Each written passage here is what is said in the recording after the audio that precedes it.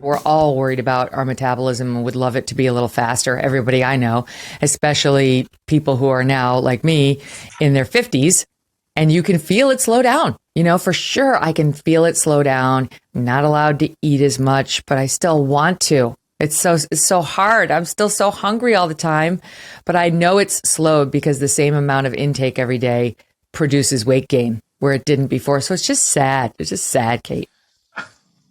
Well, let me tell you something that is actually good news. Is it is kind of, there's a lot of myths around weight loss and metabolism.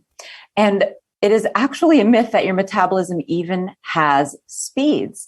And what you expressed is exactly what made people think, just assume that their metabolism has speeds, is because it feels like it's harder to lose weight and it's become easier to gain. But it has to do with your ability to burn your body fat, which is something related to metabolic flexibility, which is something that I'm sure Mark can speak to that as well. Just it means that you need to be able to burn your body fat easily between meals, because if you're hungry, between meals, if you get hungry between meals and you feel like you need to snack, that is a red flag. It's a red flag that you're not burning your body fat, because if you want to lose weight, then going between meals should be your best friend. You should be burning your body fat, but most people are not. And they're not because their metabolism is damaged by this stuff in our diet that we're all eating in massive quantities called seed oils that nobody has told you are bad for you. I'm so into the seed oil discussion. We are 100% spending a bunch of time on that because I feel like, okay, elimination of just the choice of a certain food, that's it. That's easy, right? You don't have to get rid of all oils, but there are certain oils we're eating that we shouldn't be. But let me ask you about that, Mark, because when I looked at the Mark diet, one thing I did notice was there are no snacks on there. So to Kate's point, is that hard? Because I will say for me, and I think it's probably because I'm not eating the right stuff, it is very hard for me not to snack between lunch and dinner. And like you, I'm an intermittent faster. I know you don't eat before noon or 12:30. So breakfast isn't really on the menu for me most days, although some days I have it.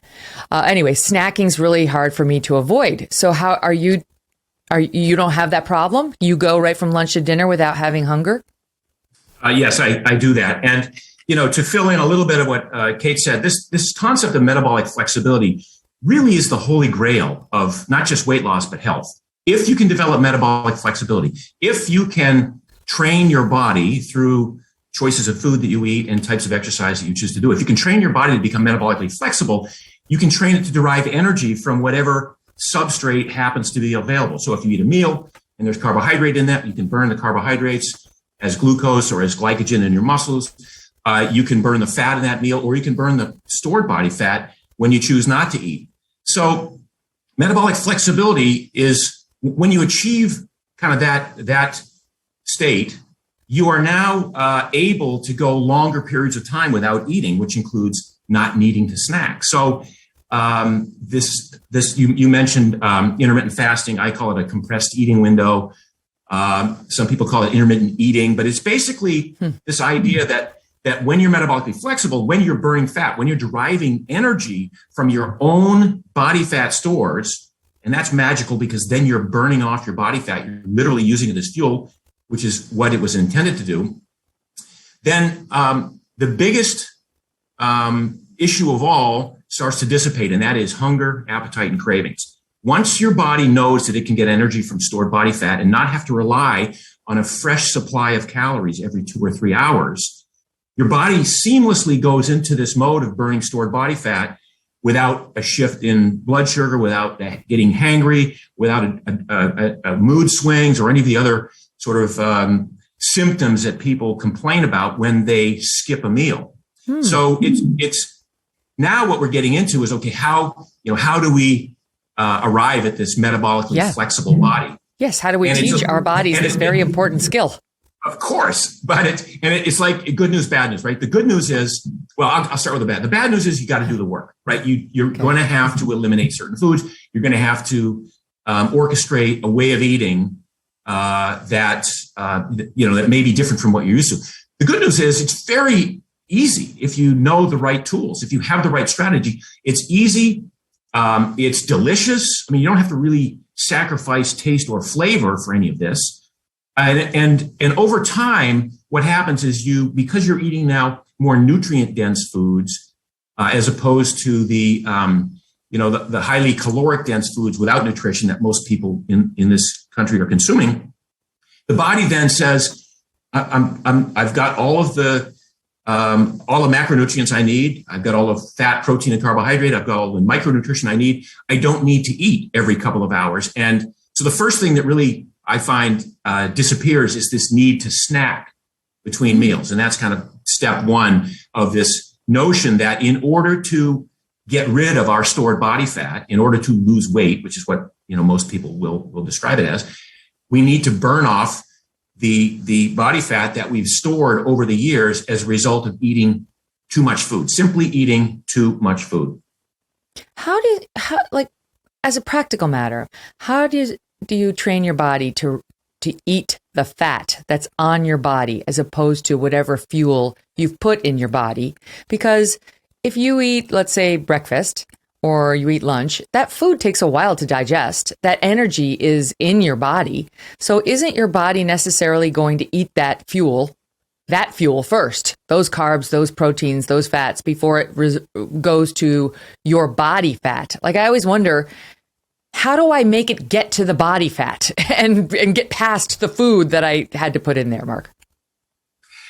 Well, you have to withhold some of those energy substrates. You have to decide either not to eat, like to skip a meal once in a while, to fast, or there's a diet based around the ketogenic principle. So and I've written a couple of books on the keto diet, which is a way of training your body to become what we call fat adapted. So once you withhold carbohydrate, and now you're telling your body, hey, you're not going to be getting all of the glucose that we've been feeding you every 2 or 3 hours for the last 20 or 30 or 50 years. Now we're going to have to go into plan B, which everybody has this blueprint in their body. Everybody has the ability to build the metabolic machinery to be better at burning fat. We just never give it the opportunity. So that's part of that work that I'm talking about. There are no real hacks around this.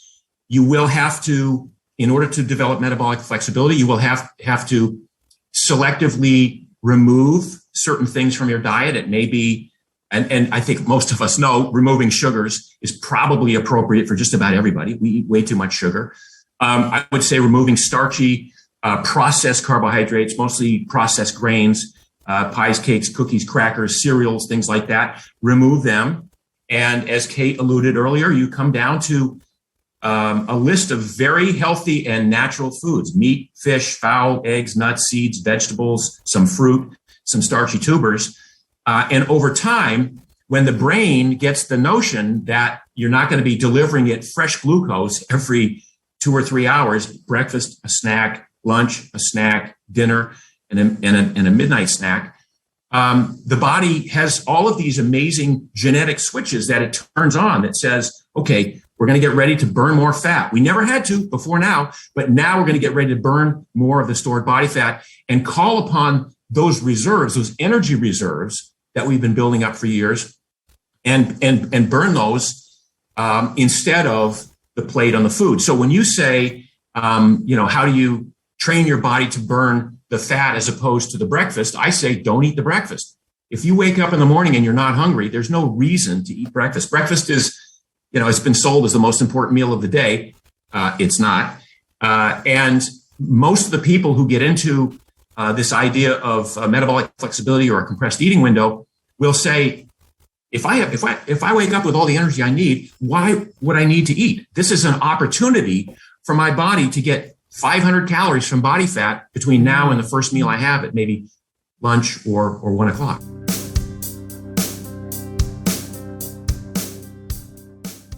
I'm inspired because this is what you tweeted out recently. The good news: we have a drug that is very effective at delaying the onset of death and preserving health span. Yes. And then it goes on. This drug is called exercise, and nothing else rivals it. And you go on from there. But this seems like rule number one: exercise. Yeah. I'm not convinced there's any intervention that can delay death as long as exercise. So when you're talking about the lifespan side of that ledger of longevity,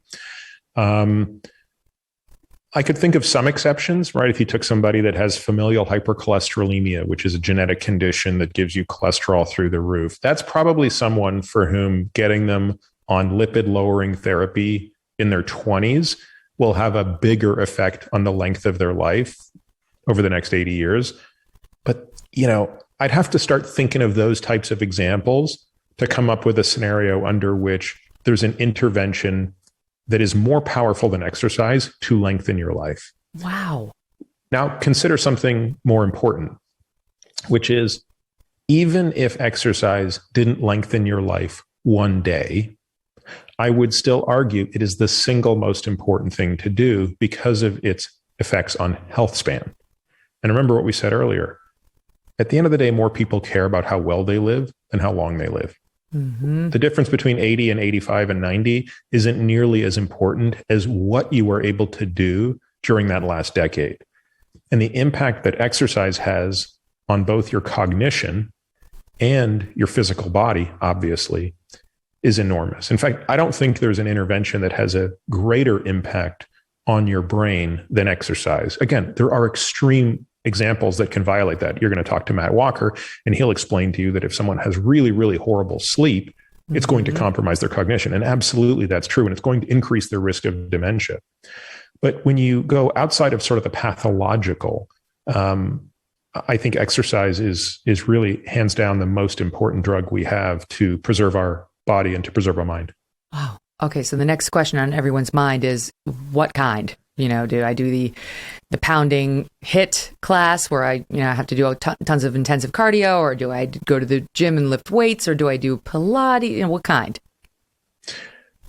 So again, if you're sort of arguing this from the standpoint that I would argue it, which is through total longevity, which means how do you extend life and how do you enjoy life better? It's going to be a bit of all of the above in the sense of it's really about strength, stability, aerobic efficiency, and anaerobic power. Those are really the four components that we break exercise down into. And each of those must be trained for with a very deliberate sense of what you're doing. I think that the biggest challenge with exercise is that most people are kind of rudderless. You sort of know it's important. You kind of know I should be doing this thing, but there's very little specificity around what they're doing. And I believe that if you're going to really train to be kind of a kick-ass person in the last decade of their life, you need to train with the specificity of an athlete. Now, it doesn't mean you're going to be training like you're a football player, but if you think that Tom Brady isn't very specific in what he does to prepare for what he did for the last, 22 years, that's crazy, right? If you pick any athlete at the top of their game, nothing they're doing is not deliberate. And we have to be the same way if we're trying to be incredible 90-year-olds. Right. And our training has to be predicated on those four fundamental pieces. So how would that look? I know you've got a amazing regimen that you do, but for the rest of us average humans, how could that work realistically for, the busy people listening to the show or watching it? Like, what's realistic? What would you say to kick it off? I always start, I start with, I put the question to a patient the other way. I would say, what do you want to be able to do in the marginal decade of your life? I call the marginal decade of your life the last decade of your life. So we're all going to die. Therefore, we will all have a last decade of life. You don't know when you enter the marginal decade, but you know when you're there, right? Most people kind of know when they're in that last decade of your life, but it's not entirely clear the minute you enter it. But nevertheless, we can get a sense of who we're going to be in that last decade. And I ask people to tell me what they want to be able to do. I have to do it in great specificity, right? So I don't want to hear, I just want to be able to, move around pain-free and play with my grandkids. It's like, no. It's got to be much more granular than that. Like, I want to know exactly how you want to play with your grandkids. I want to know exactly where you want to be hiking. I want to know exactly how many steps you want to be able to walk up, exactly how many pounds you want to be able to carry, that kind of stuff. once you have that roadmap, and we use this model, we call this the centenarian decathlon, right? So, what do you want to be able to do? What are the 10 things that you want to be able to do physically at the end of your life in that last decade? You then work backwards from there. And you say, well, first of all, doing those things implies that you can do this. So, for example, to be able to climb so many stairs with, X pounds of groceries implies you have a VO2 max of this. And if you have a VO2 max of that when you're 85, how high does it need to be when you're 75 and when you're 65 and when you're 55 and when you're 45? Because all of the things that you want to be able to do, you're going to get worse at as you get there, obviously. So you have to be able to start from a high enough position where you are currently, so that by the time the glider gets down to that last decade, you're able to still meet your objectives. So there's no question you're going to be deteriorating. You just want to make sure that you get your base up high enough that the deterioration still lands you in a good place. Exactly. And I want people to go through that process, which is called backcasting. So in other words, don't sit here where you are today and try to forecast where you want to be. Go to the end of the line and backcast to where you are now. Because most people are going to be in for a rude awakening. Well, I was just going to ask, how late is too late to begin this? It's never too late, Megyn, but it's, it's like saving for retirement. Okay. If a 60-year-old decides that they want to save for financial freedom, they're going to have a harder time doing it than a 40-year-old. And it's the same here, right? If a person is 60 and they've never exercised a day in their life, it's not too late to start. But I'd be lying to them if I said that they're not going to have a much harder time achieving ambitious goals than someone who starts at 40. Yeah, you're not going to land in the same place as that other person unless you just go, to an extreme level. I got it.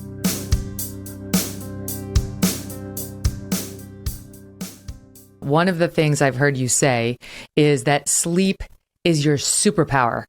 And you gave an example of, and I think everyone can relate to this, that sleep is like clicking the save button on the things that you've learned that day, which is why it's so important to do after you're studying or after you're learning. But it also can prime your brain for learning. So, it's important in both stages, but I think everybody who's gone through school, college, whatever, law school, understands if you manage to get that 8 hours in after you've done your cramming or your reading, it's so much better the next morning versus having to pull an all-nighter. And that evidence is now so powerful and so well replicated that when it comes to your learning and memory abilities, sleep is actually critical in three unique ways. First, we need sleep before learning to get your brain ready to initially lay down those new memories. In other words, sleep almost prepares your brain like a dry sponge, ready to initially soak up those new pieces of information. And without sleep, the memory circuits of the brain effectively become waterlogged and you can't absorb new memories. And we did a study, for example, where we asked, is pulling the all-nighter a wise idea? And first, what we found was that the memory centers in the brain were shut down by a lack of sleep. And they were just bouncing that information, almost like a full inbox in your email. The second thing that we learned, however, was that you not only need sleep before learning to get those memories into the brain initially, just as you said, you then need sleep after learning to cement and solidify those new memories into the brain. And in fact, during sleep, it's a very active process, by the way. We transfer memories from that short-term vulnerable reservoir to a more permanent long-term storage site. And that's the process of saving them, as you said, almost like hitting the save button on those memories. But then more recently, we've discovered that sleep is much more intelligent than we ever imagined possible. That sleep not only saves individual pieces of memories, but sleep will intelligently start to associate and integrate that new information together. And it's, I liken it to informational alchemy. It's that you wake up the next morning and you have a revised mind-wide web of associations. Definitely. And that's the reason that, I'm sure you've probably experienced this, and people listening may have, that you can come up with solutions to previously impenetrable problems. And I think it's the reason that no one has probably ever told you, Megyn, that you should stay awake on a problem. They don't. Instead, they tell you to sleep on a problem. And that's exactly what the evidence is telling us.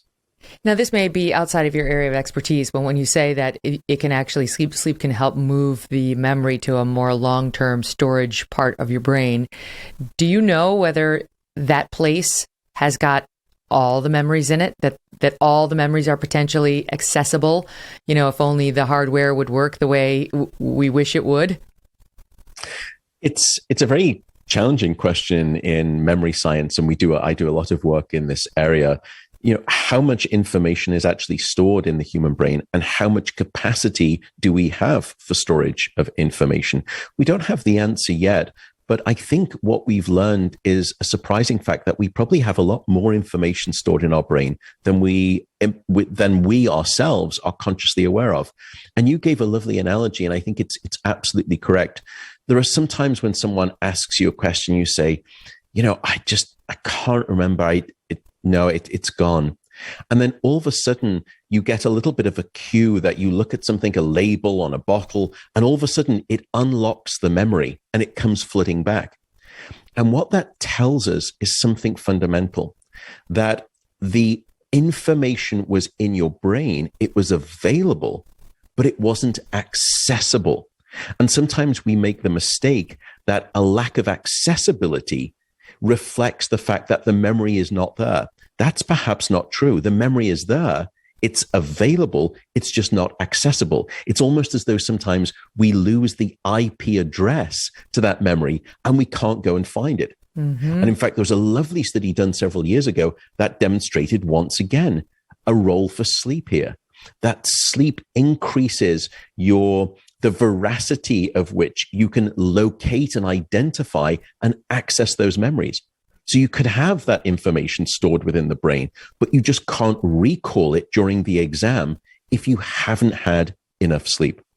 Wow. I mean, I feel like everyone's had that experience, and it's in there. You just have to get the keys somehow, close your eyes, get better rested, don't drink. There are all sorts of things you can do, but it's fascinating. And I love those stories where you hear about somebody who gets hit on the head and then they go in for the operation or something, whatever, and suddenly they can play piano again, which they hadn't been able to do since they were 4.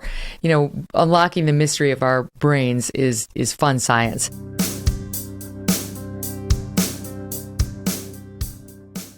So Goldie, we talked a couple of years ago about your program. Yeah. The Mind Up didn't just launch, but you've just gotten this great big online platform that helps people navigate their way through it. And can I just set this up with some stats? We talked about one of these earlier this week, but the CDC says suicide attempts during the pandemic have jumped 51% for girls. 51%. It's about just under 4% for boys, so less for boys, but still up. Israel just did a big study of 200,000 boys and girls between the ages of 12 and 17. This is, again, taking a look at during the pandemic. And they report that there's been a 55% rise in eating disorders, a 38% rise in diagnosis of depression, 33% rise in anxiety disorders.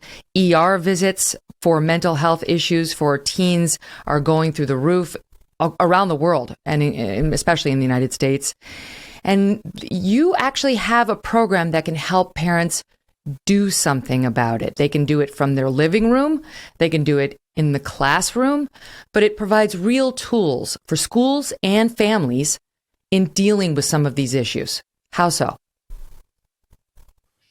Well, this was something I started like 20 years ago, and I did it because of 9/11. And my issues around the fear that I had of the atom bomb. I thought I was going to die before I ever got to kiss a boy.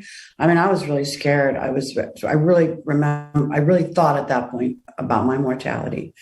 And it created a lot of anxiety for me. And during 9/11, I realized that children all over were going to be, in America in particular, were going to be showing symptoms, because fear is a dangerous thing. It's quite poisonous. And it turns into anger and all kinds of side effects. So I started looking then into the problems of suicide and anxiety and all kinds of different, issues around children's mental stability. And I was shocked. And that was in, 2003. It was a uptick in suicide for children, young children, 10 years to 15 years. And then older kids was a second leading cause of death. I really was shocked. It knocked me out. It gobsmacked me. I thought, oh my God, something has to happen. So after all the work that I have done over the years, which is psychology, which is meditation, which are ways and means to create a sense of happiness or more well-being, I learned sort of what the causes of happiness were. And I started applying them in a TV show. I wanted to do a documentary on joy. That's when 9/11 happened. So my background really went, how am I going to use what I know? So I brought in neuroscientists, I brought in psychologists, positive psychologists, teachers, and practitioners, right, who were in meditation, and also research scientists, in order to put these things together to create a holistic approach to a classroom program. And I felt that putting it in the classroom then would begin to mitigate some of the issues around their fear, around anxiety, by knowing their brain. So it's based in neuroscience. Mm-hmm. It was never based as basically a program about mindfulness or meditation. I mean, yes, we do 3 times a day, we do a brain break, but a brain break is to give a brain a break.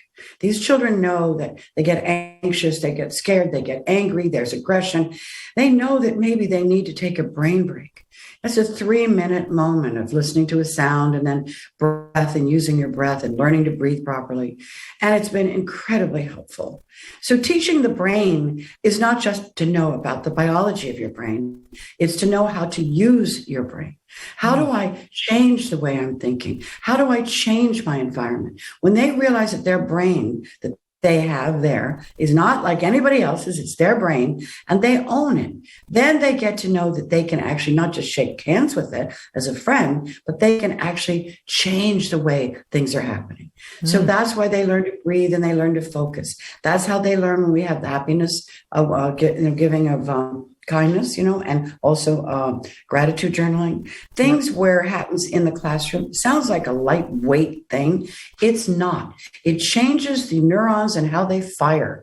And when you start building small children whose brains are actually developing, you're helping them develop brain fitness. And that's what we want. We want resilience. We want children to be caring of each other, aware. They want kids to be self-aware so they know that if they do something this way, it might have a repercussion another way. Create critical thinking, where they're thinking critically about whether to do something or not, or how to solve a problem. I mean, it's an amazing, simple way of learning how to manage your own brain and your own outcome, therefore your own reality.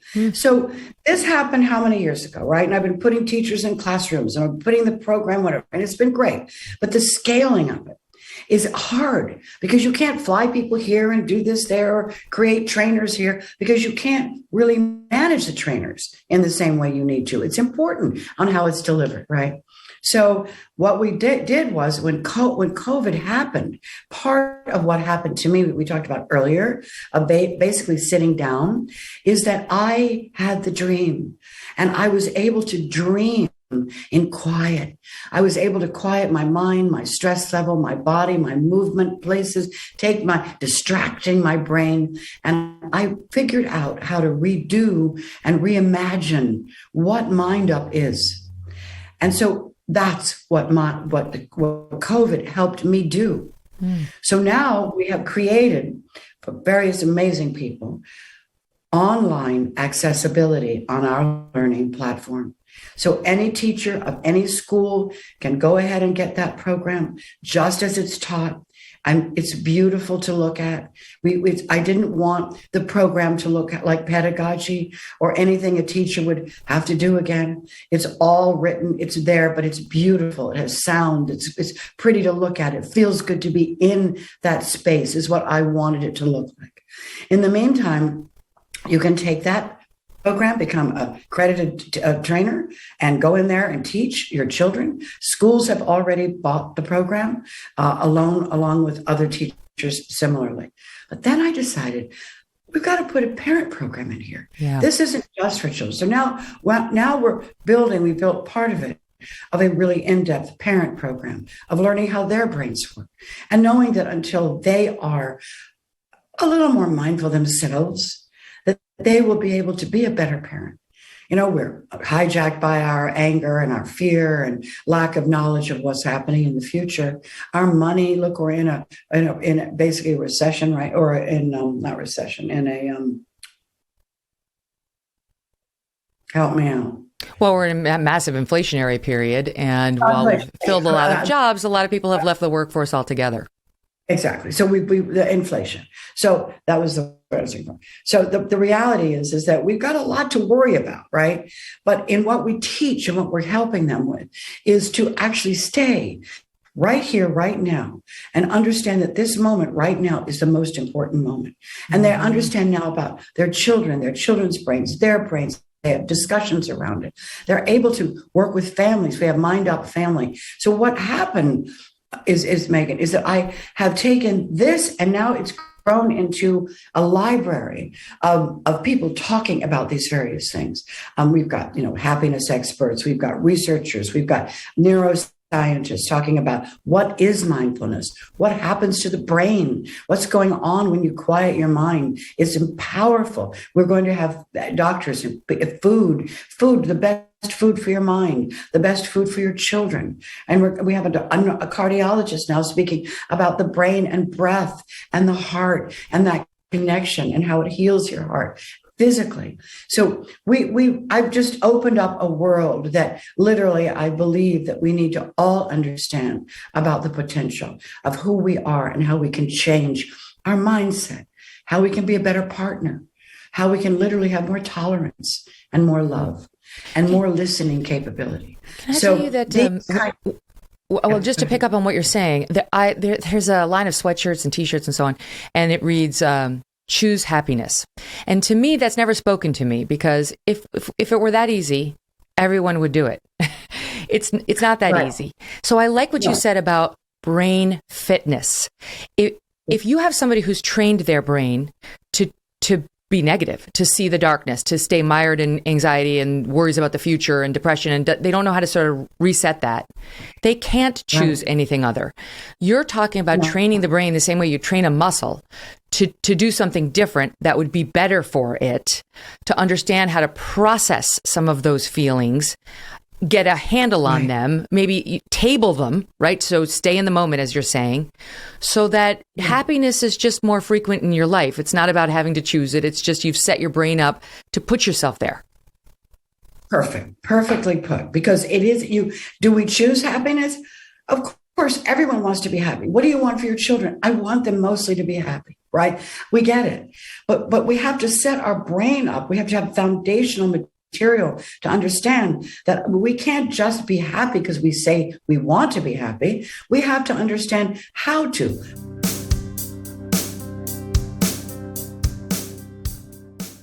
So, Tony, what is the placebo effect? And talk to us about some of these studies that have looked at it, because it's real. The one involving the veterans was just stunning, and the surgery they were doing, I think, on knees. Yes, it's amazing. Well, first of all, most people don't realize the power of the mind to make you sick or to make you well. And in World War II, a surgeon who was very famous was trying to help people, and they're bleeding out. And so they needed morphine. Morphine keeps them from going to shock besides lowering the pain. And they ran out of morphine.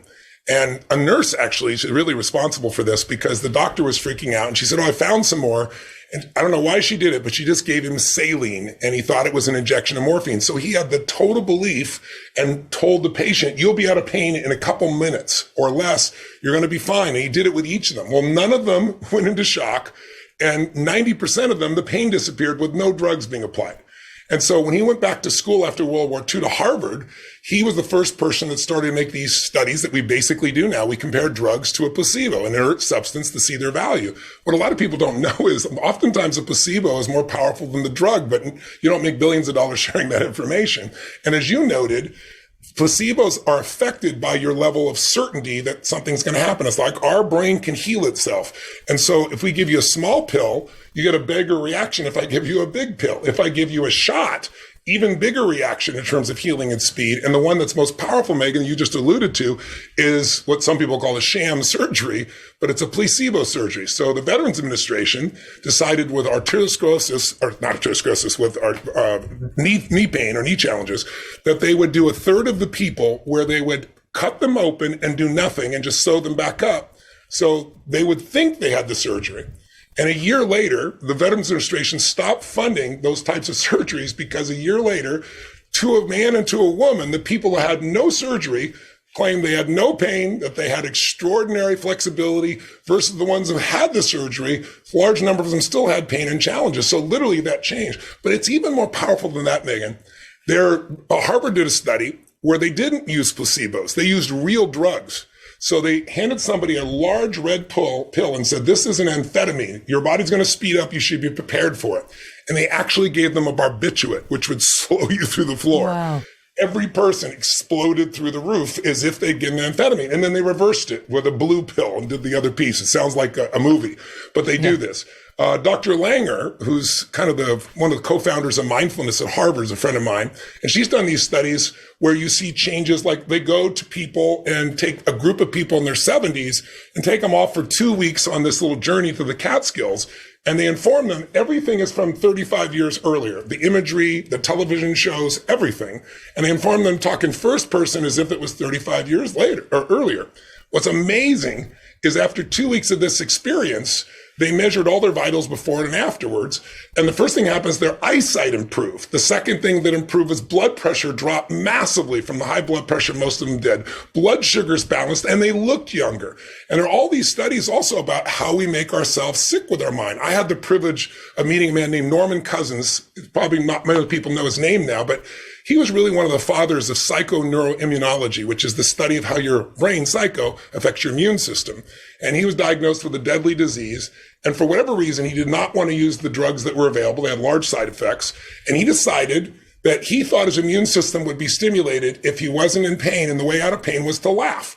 And so he would go spend, when he had this pain, 2-3 hours watching these old, silly movies and laugh his guts out.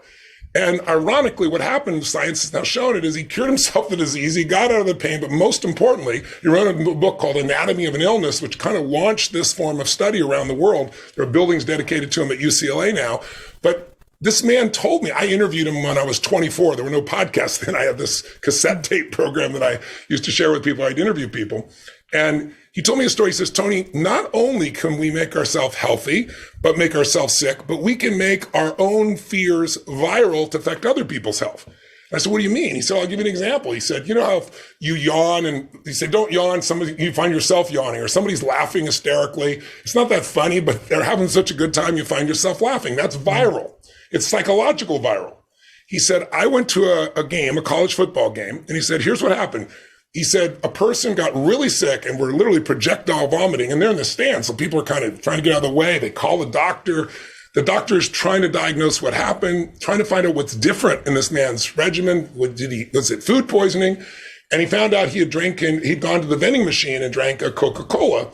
And so the doc, just thinking, well, that's the only thing that's different. Maybe the thing is poisonous. Maybe there's some kind of chemicals that have gotten into it. So they made an announcement over the airwaves in the middle of halftime to everyone to avoid the vending machines because they may be poisonous. Well, he said, Tony, it was like a movie. He said projectile vomiting started happening within 5 to 20 minutes all over the place. 12 ambulances going to 2 different hospitals, taking people, shuttling people back and forth. An hour and a half later, they did tests and found out there was nothing wrong with the vending machine. And they told everybody, and everybody got well. And so I'll give you the last piece, the CDC. When I put this in, everything in my book is documented. It's none of it is my opinion again, but it sounds ridiculous. The CDC, what are people most scared about right now? COVID-19 and dying of it. Now, the number one factor obviously is age, somebody in their 80s, because their immune system is often suppressed at that stage. But outside that, the number one factor most people know today is obesity, something we can actually do something about. 79.8, call it 80% of the people that have died are obese. There's all kinds of comorbidities that come with that make your body weaken. But you know what number 2 is? According to the CDC, I do, Fear 'cause I and read it in your anxiety is book. the number 2 thing that will cause you to die, because when you're afraid, you shut down your immune system. When you're afraid, it changes your heart rate, can make an irregular heart rate. It changes your breathing. It changes your oxygenation. So unfortunately, in our media, and media people, they're doing their best job they can. They're not trying to harm anyone. They're trying to inform people. But we all know if it bleeds, it leads. And so, the death rates constantly in front of you has created so much fear. And that is, according to CDC, a factor that we want to avoid at all costs. Oh, yeah. The cable news model, and actually I can say firsthand, broadcast as well, is to upset you. That's what will get you to tune in, either anger you or upset you. And it's funny, Tony, because I'm listening to you talk. My mom's mom died at almost 101. And Wow. wait, she was 101. Yeah, she was 101. Anyway, she was overweight. She never exercised a day in her life. She ate terribly, only processed food. Nothing fresh or healthy. And I was thinking to myself, and she was kind of stressed out for parts of her life. So I'm like, well, I don't get it. But you know what? She laughed. She was funny, and she was quick to laugh, and she was quick to make others laugh. And I'm listening to you thinking, I finally get it. Well, I interviewed a woman named Alice Summers. At this time, she was the oldest living survivor of the Holocaust. I think she was 108 at the time I interviewed her. Oh. Living on her own, Megyn, swimming every day, playing the piano. This is a woman who was a very famous pianist in Europe. And during World War II, when Hitler, she was Jewish, took her family, killed everybody except her son, and used her son as the hostage to say, you are going to perform for us, because they made these films, the Nazis did, to try and make it look like they were treating, Jews well. And we're going to kill your son in front of you if you don't look healthy, if you don't look happy, and if you don't play well.